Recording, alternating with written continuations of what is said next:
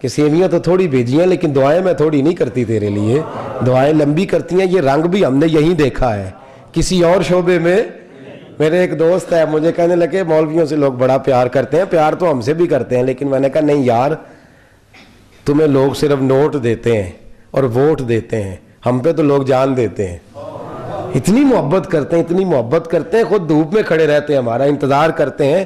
میرے اعلیٰ حضرت فرماتے ہیں فرشتے بھی کرتے ہیں تعظیم میری, فدا ہو کے ان پر یہ عزت ملی ہے, فدا ہو کے ان پر. اور ایک جگہ پہ اعلیٰ حضرت فرماتے ہیں سب یہ صدقہ ہے عرب کے جگمگاتے چاند کا, سب یہ صدقہ ہے عرب کے جگمگاتے چاند کا. نام جس نے تیرا روشن نام تیرا اے رضا جس نے ہے روشن کر دیا صلی اللہ علیہ. خیر مذاق ہم کرتے ہیں, اڑاتے ہیں, پھبتیاں کستے ہیں, شغل کرتے ہیں ہم بوڑھوں کا, بیماروں کا, کمزوروں کا, بالخصوص غریبوں کا. قبیلہ بنو تمیم ایک قبیلہ تھا عرب کا, اس قبیلے کے لوگوں نے اسلام کی تعریف سنی. اس آیت کا شان نزول عرض کر رہا ہوں. قبیلے کے لوگوں نے تعریف سنی اسلام کی کہ بڑے پیارے لوگ حضور نے تیار کیے ہیں, نبی کریم صلی اللہ علیہ وسلم نے بڑے حسین لوگ, حسین جماعت تیار کیا. تو وہ لوگ آئے نبی کریم علیہ السلام کی بارگاہ میں, اور جب ان حسین لوگوں کے چہروں پہ نظر پڑی تو حضرت بلال حبشی بیٹھے تھے, حضرت صہیب رومی بیٹھے تھے, حضرت عمار بن یاسر تھے, حضرت سلمان فارسی تھے. ان لوگوں کو دیکھا تو وہ لوگ کہنے لگے اچھا یہ والے لوگ, یہ کمزور کمزور لوگ, غریب غریب لوگ اسلام نے تیار کیے ہیں. اللہ نے قرآن کی آیت نازل فرما دی, فرمایا یا ایھا الذین آمنوا لا یسخر قوم من قوم, اے ایمان والو کوئی قوم کسی قوم کا مذاق نہ اڑائے. عسیٰ ان یکونوا خیر منہم, تم انہیں کہہ رہے ہو کہ یہ ہم سے چھوٹے ہیں, تم نے تجوریوں میں پڑا مال دیکھا ہے اور رب نے ان کے سینوں میں پڑا ایمان دیکھا ہے. فرمایا تم نے اپنے نام کے ساتھ لگی ہوئی اونچی برادری کا رنگ دیکھا ہے اور رب کریم نے ان کے چہروں پر اپنے نبی کی سنت کا انداز دیکھا ہے صلی اللہ علیہ. کسی کا مذاق نہ اڑا, کبھی بھی کسی کا ٹھٹھا نہ کر. میرے رسول کریم صلی اللہ تعالی علیہ وسلم کے صحابہ کے بارے میں بات کی تو اللہ نے قرآن مجید نازل فرما دیا, فرمایا تمہیں اجازت ہی نہیں, تم بات کر ہی نہیں سکتے, ہو سکتا ہے یہ تم سے اچھا مذاق لوگ اڑاتے اسی بات کا ہے جو بات کسی میں ہوتی ہے, جو بات کسی شخص میں ہوتی, بھئی ہے اس میں بات. حضرت مولا علی شیر خدا کرم اللہ تعالی وجہ الکریم, ایک شخص بار بار آپ کو مذاق کرتا, آپ اس کو منع کرتے, کہتے نہ ایسا کر. داڑھی کسی کی گھنی ہو تو یہ بھی اللہ کی نعمت ہے, اور گھنی نہ ہو تو پھر بھی. اب حضرت عمر فاروق کی داڑھی گھنی نہیں تھی, تھوڑے سے بال ادھر تھے, تھوڑے سے ادھر تھے, تھوڑے. حضرت علی کی بڑی گھنی تھی. وہ کہنے لگا علی بڑے گھنے بال ہیں تیرے, تو حضرت علی فرمانے لگے جواب مجھے بڑے آتے ہیں پر میں دینا نہیں چاہتا. تو نے مذاق مجھے بڑی دفعہ کر لیا, میں نے سہ لیا ہے, لیکن تجھے یہ بات کرنی اللہ کی عطا ہے, جس کو جو چاہا اس نے. وہ 2-4 دن کے بعد پھر ملا تو کہنے لگا علی منہ کیسے دھوتے ہو, اس نے بنے گھنے بال ہیں کیسے دھوتے ہو. تو حضرت علی کہنے لگے اس کے بال تھوڑے تھوڑے تھے, مولا علی ہے نا اٹ سٹ تے پکھڑا کوار گندل, اسی اور بھی بوٹیاں جاننے ہیں باتیں. تو مولا علی شیر خدا کا رنگ. کہنے لگے بھئی میری غلطی نہیں بھائی, میری غلطی نہیں, اب تیرے بال تھوڑے ہیں میرے زیادہ ہیں, جیسی زمین ہوتی ہے فصل بھی تو ویسی ہوتی ہے نا, جیسی زمین ہوتی ہے فصل بھی, زمین زرخیز ہو تو فصل, اب تیری زمین ہی بنجر ہے تو میں ادھر کیا کروں. کہنے لگا اس دفعہ معافی دے دے, آئندہ بات نہیں کرتا. فرمانے لگے باتیں مجھے آتی ہیں, تو میرا مذاق اڑاتا ہے, کئی دفعہ تجھے سمجھایا ہے کہ تجھے یہ لفظ ادا نہیں. جب جواب دیا تو پھر اس کے بعد آتے ہیں لوگوں کو جواب. اگر کوئی تیرا حیا کرتا ہے تجھے جواب نہیں دیتا, اس کا معنی یہ تو نہیں کہ سامنے والے کی زبان ہی بند ہے. اس کا یہ تھوڑا مطلب ہے ہم مذاق اڑاتے جاتے ہیں, تنقید کرتے جاتے ہیں, اور اس اتنی بے حسی ہے, اتنی بے حسی. ایک آدمی کو روڈ پہ مرغی پڑ گئی ہے, وہ بیچارہ بے حالی کے عالم میں اپنے بازو پھیلا رہا ہے, زمین پہ ٹانگیں مار رہا ہے, اس کو اٹھاتا کوئی نہیں, اس کی ویڈیو بنا کے فیس بک پہ دے رہے ہیں. وہ ڈرو اللہ سے, مذاق بنایا جا رہا ہے. رسوا. چند دن پہلے میں آ رہا تھا روڈ سے تو ایک گدھا گاڑی گر گئی, اتنے اٹھانے والے نہیں تھے گدھے کو جتنے ویڈیو بنانے والے تھے, جتنے وہ ویڈیو بنانے والے تھے. اللہ سے ڈرنا چاہیے ہمیں. ہم ہر بات کا مذاق اور مذاق اڑانا شروع کر دیا ہم نے, کسی کو گورا کہہ کے, کسی کو کالا کہہ کے, کسی کی ناک لمبی ہے تو یہ لفظ ادا کر کے. میرے دوست, کوئی شخص بھی اپنی مرضی سے نہیں بنا, جو بھی بنا ہے اللہ کی مرضی سے بنا ہے. تو جو اعتراض کرتا ہے تو گویا اللہ کی مرضی پر اعتراض کر رہا ہے, خدا کی منشا پر اعتراض کر رہا ہے. میرے رسول کریم صلی اللہ تعالی علیہ وسلم نے اس مذاق اڑانے کو اتنا ناپسند فرمایا, اتنا ناپسند فرمایا. ابو جہل کے بیٹے اکرمہ رضی اللہ تعالی, حضرت اکرمہ مسلمان ہو گئے تھے اور اتنے خوبصورت مسلمان تھے, توجہ ہے آپ کی میری بات پر, وہ اتنے حسین مسلمان تھے کہ کلمہ پڑھا تو سردار تھے مکے کے, لیکن کہتے ہیں یا رسول اللہ میرا مکے میں دل نہیں لگتا, مجھے مدینے آنے کی اجازت دے دے. کریم محبوب نے فرمایا تجھے اجازت, آ جا.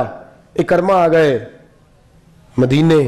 ابو جہل بڑا مشہور آدمی تھا, اگرچہ اس کا نام بدنام جو ہوں گے تو کیا نام نہ ہوگا, بدنامی میں نام تھا لیکن نام تو بڑا تھا نا. وہ کہتے یہ کون ہے, مدینے کے باسی پوچھتے یہ کون ہے. اب وہ لوگ بتاتے اکرمہ. کون اکرمہ؟ کہتے ابو جہل کا بیٹا. جب ابو جہل کا بیٹا کہتے تو جس آدمی کا نام لیا جاتا ہے نا اس کا تصور بھی آتا ہے انسان کے ذہن میں. اچھے آدمی کا نام لیں تو اس کا تصور بھی ذہن میں آئے گا, برے آدمی کا نام لیں گے تو خاکہ اس کا بھی بنے گا. جب ابو جہل کا نام لیتے تو خاکہ بنتا ذہنوں میں, اچھا ابو جہل کا بیٹا ہے, اچھا اچھا اچھا. اب حضرت اکرمہ کو تکلیف ہوتی. ابو جہل پکا کافر تھا کہ کچا تھا, چھوٹا دشمن تھا کہ بڑا تھا, اس کے بے ایمان ہونے میں کوئی شک تو نہیں نا.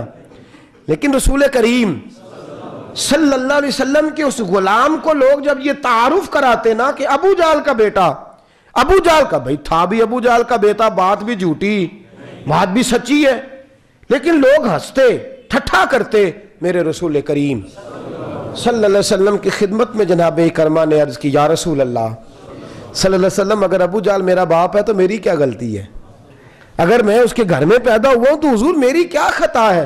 یا رسول اللہ, لوگ مجھے میرا مذاق اڑاتے ہیں, ٹھٹھا کرتے ہیں.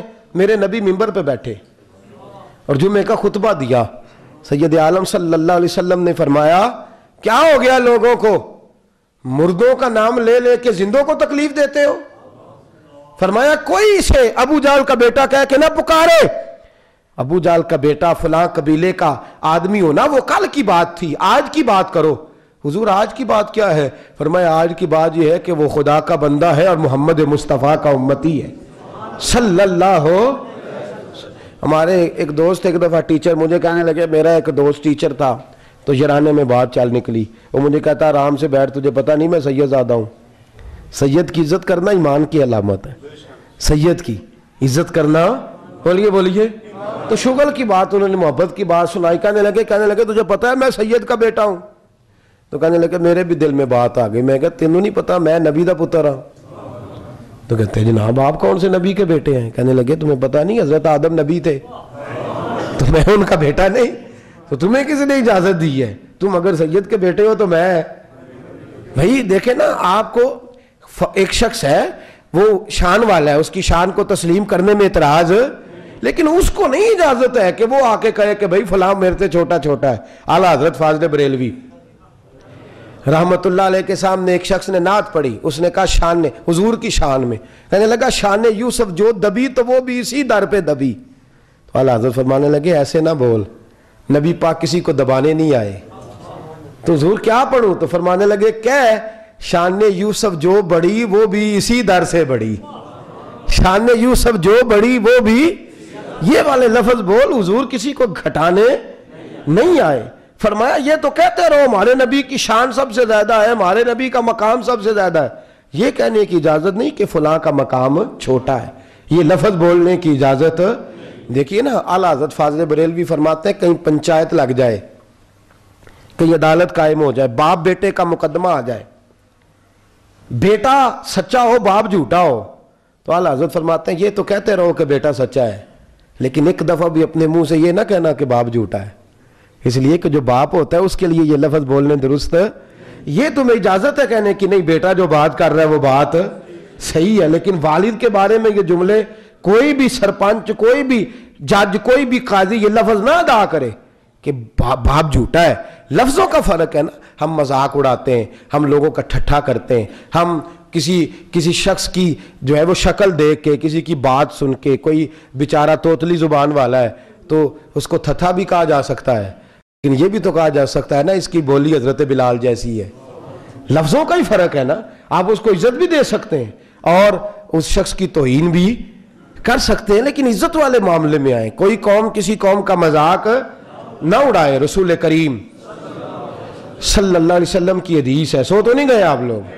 حضور نے فرمایا قیامت کا دن ہوگا تو جو دنیا میں مذاق اڑانے، اور مذاق سے نفرت پیدا ہوتی ہے، یاد رکھیے گا. مذاق سے کبھی محبت نہیں بڑھتی، مذاق سے نفرت ہے. تھوڑی دیر کے لیے تو وہ بات برداشت ہوتی ہے، جب آپ اس کی، اور پھر ہم مذاق بھی لایانی باتوں پہ. ایک آدمی کی نظر کمزور ہے تو لوگ مذاق کرتے ہیں، اور یہ نظر آ رہا ہی، اللہ سے ڈر یار، اس نے بیچارہ، وہ اس کا دل کرتا ہے کہ وہ ایسا ہو جائے. ایک آدمی پیدائشی طور پہ ٹانگ سے معذور ہے تو آپ اس کے لیے کیا جملہ استعمال کر رہے ہیں؟ اللہ تبارک و تعالیٰ سے ڈرنا چاہیے نا، خیال کرنا چاہیے. نبی پاک صلی اللہ علیہ وسلم نے فرمایا جو دنیا میں لوگوں کا مذاق اڑاتے رہے، ٹھٹھا کرتے رہے، قیامت کے دن جب وہ جنت میں جائیں گے تو رب ان کے لیے جنت کا دروازہ کھول دے گا. صحابہ کہتے ہیں ہمارے کان کھڑے ہو کے حضور وہ مذاق کرتے تو دروازہ کھول جائے گا. میرے محبوب پاک سب کہیے صلی اللہ علیہ وسلم، سید عالم صلی اللہ علیہ وسلم فرماتے ہیں دروازہ کھول جائے گا، اور جب وہ جنت میں جانے لگیں گے تو جو جنت کا فرشتہ ہوگا وہ دروازہ بند کر دے گا. وہ کہیں گے دوسرا کھلا ہوا ہے وہاں سے جاتے ہیں. توجہ ہے نا میری بات پر. جب دوسرے دروازے سے جانے لگیں گے، داخل ہونے لگیں گے تو دروازہ فرشتہ بند کر دے گا. تیسرے دروازے سے داخل ہونے لگیں گے، اندر پہنچ گئے، بھاگنے لگے تو دروازہ. آپ مجھے بتائیے کتنی مایوسی ہوتی ہے اس شخص کو، کتنا وہ پر. اور قیامت کا وہ دن جب للہ الواحد القہار، ڈر لگ رہا ہے کہیں رب جہنم کا فیصلہ نہ کر دے. فرمایا 8 دروازے جنت کے کھولے گئے ان کے لیے، اور ہر دفعہ دروازے تک آنے کا موقع دیا گیا، لیکن جب وہ قریب آئے تو ہر دفعہ دروازہ بند کر دیا گیا. میرے محبوب کریم صلی اللہ علیہ وسلم فرماتے ہیں، وہ فرشتوں سے کہتے ہیں یہ ہمارے ساتھ کیا ہوا؟ تو کہا تمہارے ساتھ آج وہی کیا گیا ہے جو دنیا میں تم اللہ کے بندوں کے ساتھ کرتے تھے. تم لوگوں سے مذاق کرتے تھے، ٹھٹھا کرتے تھے، تم توہین آمیز لہجہ اختیار کرتے تھے. آج فرمایا وہ مایوس ہو کے تڑپیں گے، روئیں گے، لیکن ان کے لیے دوبارہ جنت کا دروازہ. ہم مذاق کرتے ہیں، لوگوں کا ٹھٹھا اڑاتے ہیں، ہم توہین کرتے ہیں، معاذ اللہ، برے جملے بولتے ہیں لوگوں کے بارے میں، سخت سست کہتے ہیں، وہ تیرا باپ ایسا تھا ہمیں پتہ ہے. ایک آدمی حج پہ جانے لگا ہے، اللہ نے اس کو موقع دیا وہ حج پہ. اوہو کل تک تو یہ تھا، آج کعبے جا رہا ہے. بھائی کل تک بہت سارے لوگ بت خانے میں تھے، اللہ کے محبوب نے کلمہ پڑھایا تو وہ کعبے میں کھڑے ہو گئے. اب لوگ کیا کہیں گے کہ ادھر کیوں جا رہے ہو؟ تجھے کس نے اجازت دی ہے کسی کی ٹو کرنے کی؟ تجھے کس نے؟ میرے رسول کریم صلی اللہ علیہ وسلم نے فرمایا لوگوں کے عیب نہ تلاش کر ورنہ اللہ تجھے رسوا کر دے گا. اور فرمایا تو لوگوں کی سرے عام باتیں کرے گا تو لوگوں کو رسوا کرے گا. تو 7 پردوں کے اندر بھی بیٹھا ہوا تو رب اپنے عدل کی وجہ سے تجھے وہاں بیٹھے بیٹھے رسوا کر دے گا. خبردار کسی کا مذاق نہ اڑا، کسی کے بارے میں کچا جملہ نہ بول، کسی شخص کی توہین نہ کر، کسی کی برادری پر، کسی کی ذات پر، کسی کے پیشے پر، کسی کے علاقے پر، کسی کے کام پر تو تنقید نہ کر. ایک آرٹیکل میں پڑھ رہا تھا بہت بڑے جاگیردار کا، سندھ کے رہنے والے کا. وہ کہتا میرے اندر بڑا تکبر تھا، لیکن جب میں یورپ سے ہو کے آیا تو میرا وہ سارا تکبر خاک میں مل گیا. کہا وہ کیسے؟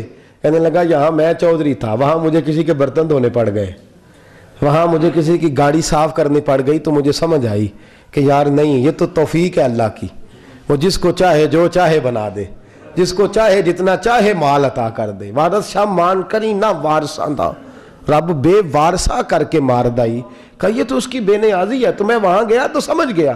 عزیز یاد رکھ، خیال کر اس بات کا، مذاق میرے نبی پاک صلی اللہ علیہ وسلم کی زوجہ حضرت صفیہ رضی اللہ تعالی عنہا، حضرت صفیہ رضی اللہ تعالی عنہ حضور کی بارگاہ میں آئیں، کہتی ہیں یا رسول اللہ صلی اللہ علیہ وسلم، مجھے کچھ بیویاں کہتی ہیں تو بڑی تبلیغیں کرتی ہے، ام المومنین ہے، اور تیرا سارا علاقہ تو یہودیوں کا ہے. یہ حضرت ہارون علیہ السلام کی نسل میں سے تھی. سارے یہودی ہیں تیرے خاندان والے اور تو تبلیغ کرتی ہے. یا رسول اللہ صلی اللہ علیہ وسلم مجھے انہوں نے تانا دیا ہے کہ سارے یہودی ہیں تو تبلیغیں کرتی ہے. توجہ ہے میری بات پر؟ تو میرے حبیب کریم سے رو کے کہا. حضور نے فرمایا تو روتی کیوں ہے؟ تجھے انہیں کہنا چاہیے تھا کہ میں تو ہارون علیہ السلام کی بیٹی ہوں. تجھے کہنا چاہیے تھا میرا یہودیوں سے کیا تعلق، میں تو ہارون کی بیٹی ہوں، جناب موسیٰ علیہ السلام کی بھتیجی ہوں. اور کہنا چاہیے تھا میں تو محمد عربی کی زوجہ ہوں صلی اللہ علیہ. تو نے یہ بات ان کی سن کیسے لی؟ میرے حبیب کریم صلی اللہ علیہ وسلم نے حوصلہ دیا، تسلی دی، فرمایا خبردار. حضرت شیخ سعدی شیرازی رحمت اللہ علیہ کے بھائی بہت بڑے تاجر تھے، تو حضرت سے ملنے آئے. جب ان کے شہر میں آئے تو آ کے دیکھا کہ وہی چھوٹا سا مکان ہے، وہی پرانا سا گھوڑا ہے، بیمار اور بوڑھا، اور وہی سارے حالات ہیں. تو کہنے لگے سعدی اتنا بڑا تو پیر مولوی ہے، تو نے بنایا کیا ہے؟ میرے پاس دیکھ کتنی جائیدادیں ہیں. تو حضرت سعدی شیرازی رحمت اللہ علیہ فرمانے لگے جس دن میں مروں گا نا اس دن آنا، جس دن میرا انتقال ہو جائے پھر تجھے پتہ چلے گا میں نے کیا کمائی کی ہے. تو ان کے بھائی کہتے ہیں جس دن ان کا انتقال ہوا تو میں ان کے شہر میں گیا تو میں نے گلیوں کے کھڑے بچوں کو بھی روتے دیکھا. کہتے ہیں ہر شخص رویا، مجھے یوں لگا کہ گلیاں بھی رو رہی ہیں. ایک چرواہا، اس کے کپڑے گوبر سے بھرے ہوئے تھے، گوبر سے بھرے ہوئے تھے اس کے کپڑے، اور وہ بکریاں چرا رہا تھا. تو حضرت سعدی کا جنازہ اٹھا تو وہ بھی چیخیں مارنے لگا. تو کہتے ہیں میں اس کے قریب چلا گیا، میں نے کہا تو چرواہا ہے، مولوی سے تیرا کیا کام، اور تیری حالت بتاتی ہے کہ تو کبھی مسجد بھی نہیں گیا، تو کیوں روتا ہے؟ تو کہنے لگا حضرت جی غریب آدمی ہوں، میں تنخواہ پہ بکریاں چراتا ہوں تو لوگ مجھے تانا دیتے تھے، کوئی کہہ کے ڈانٹ جاتا تھا، کچھ کہہ کے تو میں روتا تھا. سعدی شیرازی اپنے گھوڑے پر میرے پاس سے جب گزرتے تھے تو نیچے اتر جاتے تھے اور مجھے کہتے تھے مایوس نہ ہونا، پریشان نہ ہونا، اور میاں تو کوئی چھوٹا کام نہیں کر رہا، بکریاں چلانا تو میرے مصطفیٰ کی سنت ہے صلی اللہ علیہ وسلم.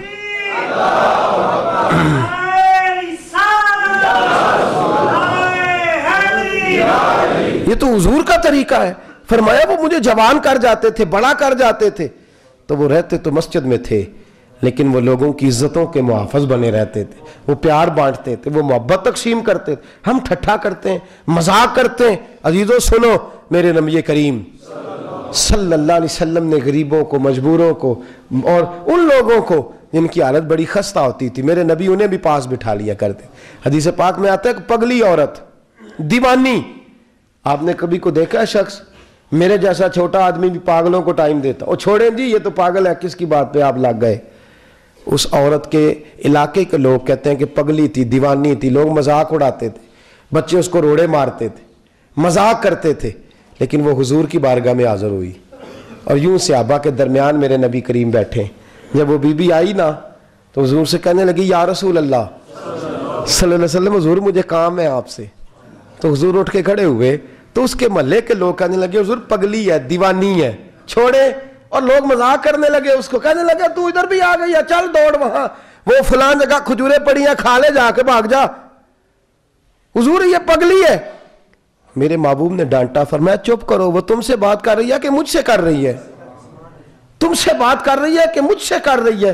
میرے پاس آئی ہے، میں جانوں اور وہ جانے. حضرت سیدنا ابو ہریرہ فرماتے ہیں میں نے اپنے محبوب کا یہ والا رنگ بھی دیکھا ہے، اس کریم کا یہ انداز بھی دیکھا ہے. حضور کہنے لگے، فرمانے کیا بات ہے؟ کہتی میرے ساتھ چلیں، میں نے کچھ باتیں کر دی ہیں. لوگ کہہ رہے ہیں حضور پگلی ہے. فرمایا چل. کہتے ہیں ہم 4-5 صحابی پیچھے پیچھے ہو لیے، حضور کو ساتھ لے کے سارے مدینے کی گلیاں وہ گزر گئی. محبوبہ تیرے انداز پہ قربان جائیں. کہتے ہیں باہر صحرا میں میرے کریم کو لے گئی اور لے جا کے حضور سے کہنے لگی آپ میری بیٹھ کے بات سنیں. کہتے ہیں عرش پہ خدا کے پاس بیٹھ کے باتیں کرنے والا کریم اپنی طامت سمیٹ کے تو اس دیوانی عورت کے سامنے ریت پہ بیٹھ گیا. کہتے ہیں وہ جو لفظ پوچھتی پگلوں جیسی باتیں کرتی، جو جملے بولتی. اللہ کے حبیب نہ اس کی غربت دیکھتے نہ اس کی عقل دیکھتے. لوگ جس کو پتھر اور روڑے مار کے مذاق اڑاتے ہیں، آمینہ کا عزت والا بیٹا، حضرت عبداللہ کا شان والا لخت جگر، اللہ کا لاڈلا نبی، وہاں ان کی بات سنتے جی کرتے. حضرت ابو ہریرہ فرماتے ہیں میں دور کھڑا رو رہا ہوں، حضرت انس رو رہے ہیں. حضرت سلمان رو رہے ہیں اور کہہ رہے ہیں لوگوں دیکھو یہ بھی صرف ہمارے نبی کی شان ہے، یہ بھی صرف میرے کریم کی شان ہے، لوگ جس کا مذاق اڑاتے ہیں۔ محبوب پگلی کہتے ہیں کئی گھنٹے، ایک ایک لمحہ میرے نبی کا قیمتی، کئی گھنٹے بیٹھی رہی، وہ کبھی ہنس دیتی کبھی رو دیتی، کبھی کچھ کہتی کبھی کچھ کہتی۔ واہ محبوبہ تیرے انداز، حضور ہر بات سنتے۔ حضرت ابو ہریرہ کہتے ہیں وہ جب اٹھ کے جانے لگی تو میرے کریم رسول نے پھر سے اسے بلایا اور فرمایا لوگوں کا کبھی بھی خیال نہ کرنا، تیرا جب دل کرے تو آ جانا۔ پھر بلایا، فرمایا ان کا خیال نہ کرنا، جب تیرا جی چاہے تو آ جانا، میں تیری بات سننے کو تیار ہوں۔ عزیزو اس محبوب کا تو رنگ اس طرح کا ہے کہ حضرت صفیہ رضی اللہ تعالیٰ عنہ کو حضرت عائشہ صدیقہ نے کہہ دیا تیرا قد کتنا چھوٹا ہے، چھوٹا بھی تھا قد، چھوٹا تھا قد حضرت صفیہ کا۔ حضرت عائشہ کہتی ہیں میں نے کوئی ایسے نہیں کہا، میں نے ویسے ہی ضمن کہہ دیا۔ تو محبوب نے فرمایا عائشہ تیری جیسی شخصیت کے منہ سے ایسا جملہ نہیں نکلنا چاہیے تھا، تو نے پتہ کتنے سخت، یا رسول اللہ میں نے تو قد چھوٹا ہے تو کہا ہے۔ حبیب نے فرمایا تو نے کیوں اس کو ایسا کہا ہے؟ یا رسول اللہ کیا ہوا؟ فرمایا تو نے اتنا سخت جملہ بولا ہے، تو نے اتنی سخت بات کی ہے، اتنی کڑوی بات کی ہے کہ اگر میں تیری بات کو میٹھے کنویں میں ڈالوں تو وہ کھارا ہو جائے گا۔ اتنے سخت تو نے جملے بول دیے۔ اس بیچاری نے خود قد گھڑا ہے، خود بنایا ہے، نہ کسی کے حال پہ طنز کر، نہ کسی کے غم کا مذاق اڑا۔ وہ جسے چاہے جیسا نواز دیں، وہ جسے چاہے جیسا نواز دیں، یہ مزاج لطف رسول ہے۔ اور کوئی آیا لے کے چلا گیا، کوئی عمر بھر بھی نہ پا سکا، میرے مولا تجھ سے گلا نہیں، یہ تو اپنا اپنا نصیب ہے۔ میرے عزیزو روایتیں بڑی ہیں اس عنوان پر، لیکن اس سے بڑی شاید بات آپ کو اس عنوان پر دوبارہ نہ ملے۔ ابو لہب کی بیٹی نے کلمہ پڑھ لیا۔ میرے محبوب کا یہ انداز بھی کمال ہے کہ جنہوں نے ساری زندگی نہیں مانا ان کے سارے گھر نے مانا ہے۔ ابو لہب کی بیٹی نے کلمہ پڑھا۔ سورۃ لہب پڑھنے سے ثواب ہوتا ہے کہ نہیں؟ کسی مائی کے لال کی طاقت ہے کسی چھوٹے مسلمان کو بھی روکے کہ تو نے فلانی سورت نہیں پڑھنی؟ ہے طاقت کسی میں؟ کوئی کسی کو قرآن پڑھنے سے منع کر سکتا؟ اور یہ تو پاکستان اسلامی ملک ہے نا، کفرستان میں بھی شاید کوئی نہ منع کر سکتا ہو۔ لیکن لوگ کیا کرتے؟ ابو لہب کی بیٹی گزرتی تو لوگ سورۃ لہب کی تلاوت کرتے۔ واہ کریمہ تیرے انداز، میرے حبیب کی بارگاہ میں آ کے روئی، کہنے لگی سونیا وہ کافر تھا یا مسلم، میرا تو باپ تھا نا حضور، وہ اچھا تھا نا برا، میں تو بیٹی ہوں نا حضور۔ لوگ سورۃ لہب مجھے دیکھ دیکھ کے بیبیاں پڑھتی ہیں، اور میری جو میرے سے اختلاف رکھنے والی عورتیں ہیں وہ کہتی ہیں تو چل چپ کر، تو آ کے انگارے کی بیٹی ہے۔ دوستو ہم تانا دیتے ہیں، پتہ ہے جڑا تیرے بھراواں نے دے کے بھیجیا ہے، وہ بھائی بھرا انہیں جوگے ہوندے، اس تو تانا دیتا اس کو، تو اسے تانا دیتا۔ ہمیں پتہ ہے تیرے باپ نے جو تجھے دے کے بھیجا ہے، بیٹی کا باپ تو پہلے بڑا کمزور ہوتا ہے، وہ اس قابل ہوتا تو اسے تانا دیتا۔ تو اتنے سخت بھائی کوئی بات ہوتی ہے تو کوئی کرتا ہے نا۔ میرے رسول کریم صلی اللہ علیہ وسلم کی بارگاہ میں وہ کھڑی رو رہی ہیں، کہتی ہیں یا رسول اللہ وہ اگر میرا باپ ہے تو میری کیا غلطی ہے؟ لوگ مجھے دیکھ سورۃ لہب پڑھتے ہیں، میں تڑپ جاتی ہوں۔ محبوبہ تو رحمت للہ، معاملہ قرآن کا ہے، میں کسی کو روک بھی نہیں سکتی، پر میرا تو والد ہے نا۔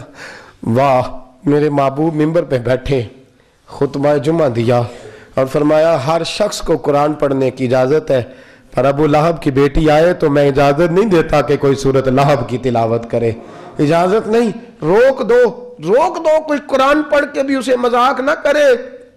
یا رسول اللہ قرآن نہ پڑھے؟ فرمایا قرآن کا معاملہ نہیں ہے، ایک شخص کی عزت کا معاملہ ہے۔ تمہیں قرآن یا ایھا الذین آمنوا لا یسخر قوم من قوم، کسی پہ ٹھٹھا نہ کر، کسی کا مذاق نہ اڑا۔ اللہ کریم کی لاٹھی بے آواز ہے، کہیں تیرے پہ برس نہ جائے، خبردار۔ کوئی بڑی برادری میں پیدا ہوا ہے تو اس نے اللہ کو پیسے نہیں جمع کرائے تھے معاذ اللہ کہ مجھے ان کے گھر میں پیدا کرنا۔ کسی کو اللہ نے دولت دے دیا تو اس نے معاذ اللہ تعالیٰ کوئی لمبے سجدے نہیں کیے تھے کہ اس کے پاس پیسے آ گئے۔ کسی کا رنگ گورا ہے تو اس نے کوئی مشقت نہیں کی بڑا عرصہ کہ اس کا رنگ، یہ تو نعمتیں ہیں، خدا نے جس کو چاہا جس انداز میں چاہا اس نے پیدا کر دیا۔ خدا را لا یسخر قوم من قوم، کوئی قوم کسی قوم کا مذاق نہ اڑائے، کسی کو چھوٹا نہ جان، کسی کو حقیر نہ جان، پیار کر، محبت کر، خوبصورتیاں بانٹ۔ یہی قرآن کا حکم ہے، یہی اسلام سلامتی کا مذہب ہے، وہ ہمیں دوسروں کو بھی سلامت رکھنے کا درس دیتا ہے۔ میری دعا ہے خلاق عالم کی بارگاہ میں رب ہمیں سمجھنے کی توفیق عطا فرمائے، ہمیشہ مدحت خیر الانام میں گزرے۔ دعا ہے یہ عمر درود و سلام میں گزرے۔ آخر دعوانا